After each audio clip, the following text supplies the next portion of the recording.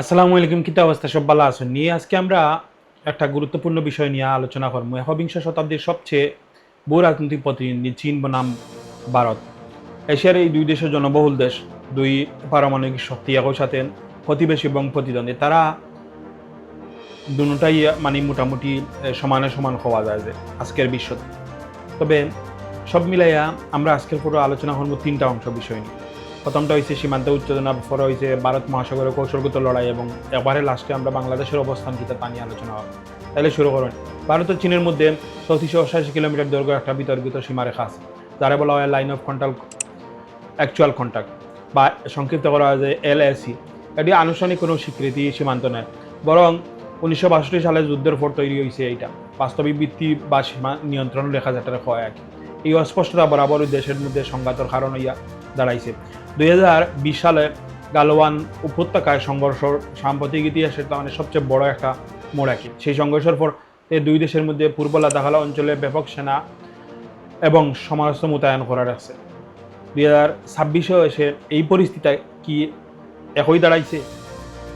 আমরা সাম্প্রতিক প্রতিবেদন অনুযায়ী দেখি যে 2026 সালে শুরুতে ভারতের চীন সীমান্তে পরিস্থিতি স্থিতিশীল উত্তেজনার মধ্যে আছে। কূটনৈতিক সংলাপ এবং কৌশলগত প্রস্তুতি মিশ্র প্রদর্শনও আছে। তবে একই দিকে দুই পক্ষই শান্তি বজায় রাখলে আলোচনায় বইছে, কিন্তু অন্যদিকে সামরিক প্রস্তুতিও তারা কমেন না। দুই সীমান্তেও তারা সামরিক প্রস্তুতি একবারে রমরম অবস্থায় আছে।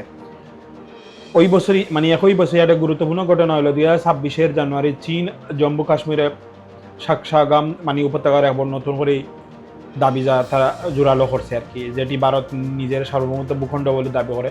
কিন্তু 1963 সালে পাকিস্তানের সাথে হওয়া চুক্তির অধীনে চীন নিয়ন্ত্রিত ইটারে করে রাখি, নিয়ন্ত্রণ করে। চীনের এই অঞ্চলে CPEC বা সংশ্লিষ্ট অবকাঠামো নির্মাণ নিজেদের অভ্যন্তরীণ উন্নয়ন বলে দেখাইছে। আর ভারত পাকিস্তানের 1963 সালের হস্তান্তরকে অবৈধ বলে প্রত্যাখ্যান করছে। তবে কূটনৈতিক পর্যায়ে সংলাপ এখনও চলে।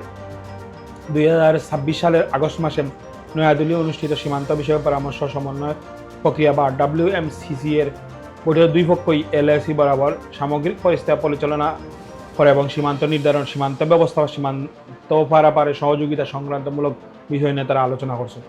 ভারতের পররাষ্ট্র মন্ত্রণালয় জানাইছে যে দুই পক্ষ খোলামেলা আলোচনা করছে এবং LAC বরাবর পরিস্থিতি পর্যালোচনা করছে।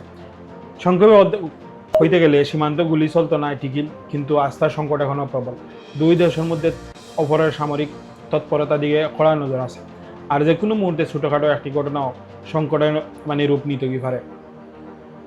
অন্যদিকে সীমান্ত বাইরেও একটা যুদ্ধ চলে, যার কোন দিকে চলে হইতে পারবেন সমুদ্রে। আর এই যুদ্ধ কথা হইল ভারত মহাসাগরে। চীনের একটা দীর্ঘমেয়াদী কৌশল আছে, যার এখন বিশ্লেষণ নাম দিয়েছেন স্টিং অফ পালস বা মুক্তার মালার কৌশল আর কি। এই কৌশলের লক্ষ্য হইল ভারত মহাসাগর অঞ্চলের সামরিক ও বাণিজ্যিক সুযোগ সুবিধা তৈরি করিয়া ভারতকে ঘিরে ফেলা, যাতে চীন এবং তার প্রতিবেশী ভারতের উপর আধিপত্য বজায় রাখতে পারে। আর এই মুক্তার মালার মূল পয়েন্টগুলা কিতা কিতা জানেন?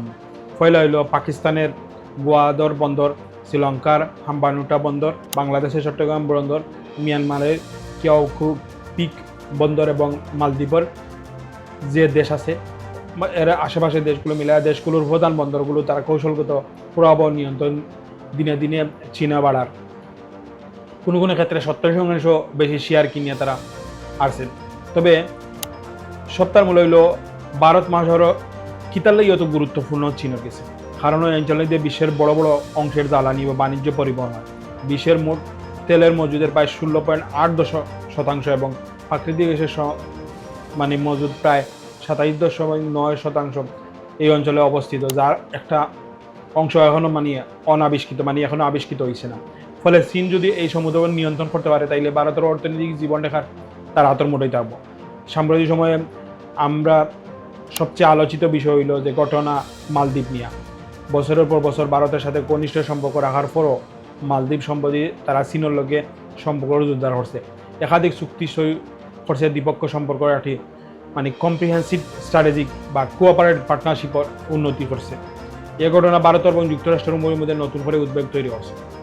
এর জয় ভারতও কিন্তু বইয়া নাই। ভারত গড়ে তুলছে তার নিজস্ব পাল্টা কৌশল, যারা হয় যে নেকলেস অফ ডায়মন্ডস বা হীরার মালা কৌশল আর কি, যেখানে চীনের ঋণ নির্ভর অবকাঠামো মডেলের বিপরীতে তারা ভারত অংশীদারি বা সামরিক প্রবেশিকার চুক্তি এবং কৌশলগত বন্দর উন্নয়নের উপর জোর দেয়। তবে একটা বিশ্লেষণ কইরা যেটা আকর্ষণীয় কিছু গবেষক মনে করছেন যে ভারতের মহাসাগর ভারতের ভৌগোলিক অবস্থানগত সুবিধা এত বেশি যে চীন প্রকৃত অর্থে ভারতের সাথে সামরিক বা ভারসাম্য তৈরি করতে পারত না। তাই এটা পুরাপুরি নিরাপত্তার সংকট না হইয়াও দীর্ঘমেয়াদী প্রভাব বিস্তারের সহযোগী হওয়াই বেশ যুক্তিসঙ্গত। আমরা এখন আরও যে কথা মাতি তা হইল সবচেয়ে গুরুত্বপূর্ণ, এই বিশাল পরাশক্তির প্রতিযোগিতার মাঝখান বাংলাদেশের অবস্থান কোথায় দাঁড়াই আছে।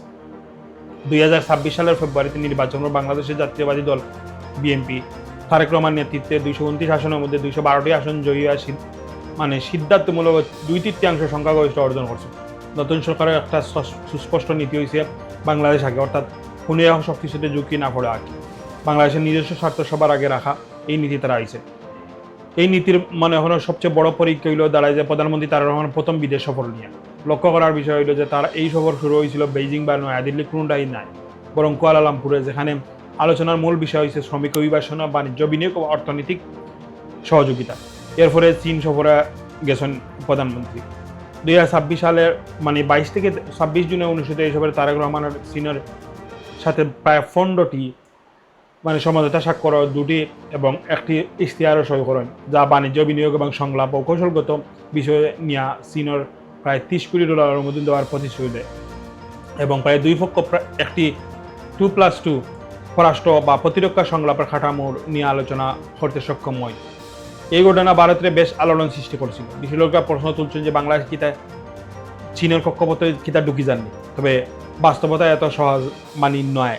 একজন ভারতীয় গবেষক বিশ্লেষণ দিতেন বিএনপির অতীত চীনের সাথে সুসম্পর্ক আছে বা গুরুত্ব দিছে, যা প্রতিফলিত হয়েছিল তারেক রহমানের বাবা জেনারেল জিয়াউর রহমানের রাষ্ট্রপতি আমলের পররাষ্ট্রনীতিতে। 1975 সালে চীন বাংলাদেশ স্বীকৃতি দেয়, আর তারপর থেকেই বাংলাদেশ চীনা অস্ত্রের দ্বিতীয় বৃহত্তম খরিদাতা হইয়া উঠছে।